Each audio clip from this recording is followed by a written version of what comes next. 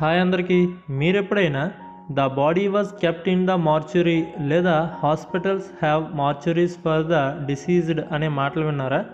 ఈ మార్చురీ అనే ఇంగ్లీష్ పదం అర్థం తెలుగులో ఏంటో ఎలా వాడాలో ఇప్పుడు మనం తెలుసుకుందాం.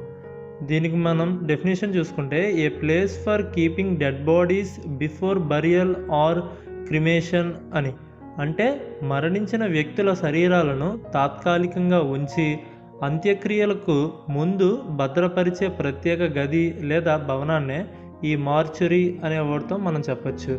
అంటే ఇది సాధారణంగా హాస్పిటల్లో ఉండొచ్చు, లేదంటే మెడికల్ కాలేజీలో ఉండొచ్చు, లేదంటే పోస్ట్ మార్టం చేసే ప్రదేశాల్లో ఉంటుందన్నమాట. అంటే ఎవరైనా వ్యక్తి మరణించిన తర్వాత వారి కుటుంబ సభ్యులకు ఇచ్చే వరకు లేదా పోస్ట్ మార్టం పూర్తయ్యే వరకు మృతదేహాన్ని సురక్షితంగా ఉంచే చోటునే మార్చురీ అనే వర్డ్తో మనం చెప్పొచ్చు.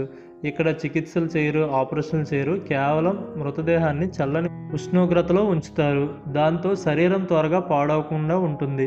సో దీనికి మనం ఎగ్జాంపుల్ చూసుకుంటే the body was kept in the hospital mortuary అంటే శరీరాన్ని ఆసుపత్రి శవగృహంలో ఉంచారు అని అర్థం. అంటే ఉదాహరణకి రోడ్డు ప్రమాదంలో ఎవరో మరణిస్తే వారిని మొదట హాస్పిటల్కి తీసుకెళ్తారు. డాక్టర్లు మరణం నిర్ధారించిన తర్వాత ఆ మృతదేహాన్ని మార్చురీకి తరలిస్తారనమాట. సో ఇక్కడే కుటుంబ సభ్యులు గుర్తింపు చేస్తారు. అవసరమైతే పోస్ట్ మార్టం కూడా జరుగుతుంది.